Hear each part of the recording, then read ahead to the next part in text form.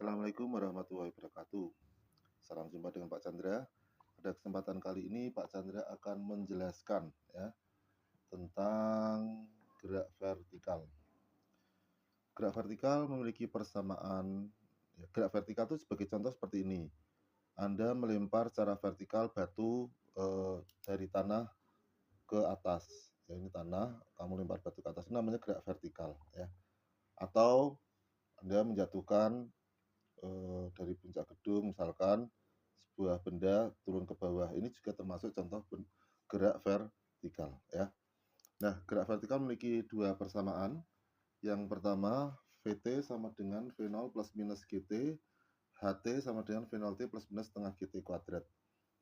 Vt itu adalah kecepatan akhir ketika ada sebuah benda jatuh bebas dari sini ke sini, maka di suatu titik itu dia akan memiliki kecepatan. Berapa kecepatannya? Ini pakai persamaannya. Atau ketika Anda melempar sebuah bola misalkan ke atas, maka pada kecepatan awalnya itu V0-nya di sini. Terus mencapai sini kecepatannya itu berapa? Itu pakai Vt sama dengan ini. Ht adalah ketinggiannya.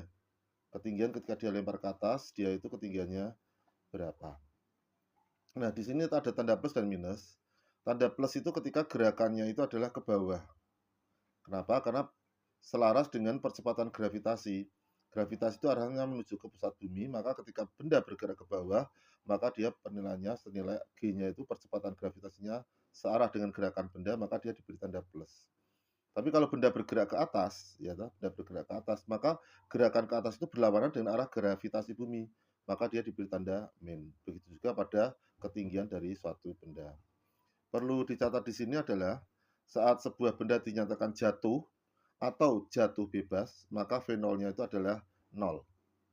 Di titik tertinggi, ya, di titik tertinggi Vt itu sama 0. Jadi ketika ada sebuah bola, lempar ke atas, maka ketika dia mencapai titik tertinggi, maka di situ Vt-nya adalah 0. Kecepatan akhirnya adalah 0.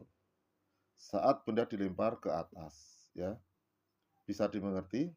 Demikian pengantar gerak vertikal dan ini akan menjadi dasar untuk pembahasan di soal-soal berikutnya. Sebagai berikut, kita lihat segmen berikutnya.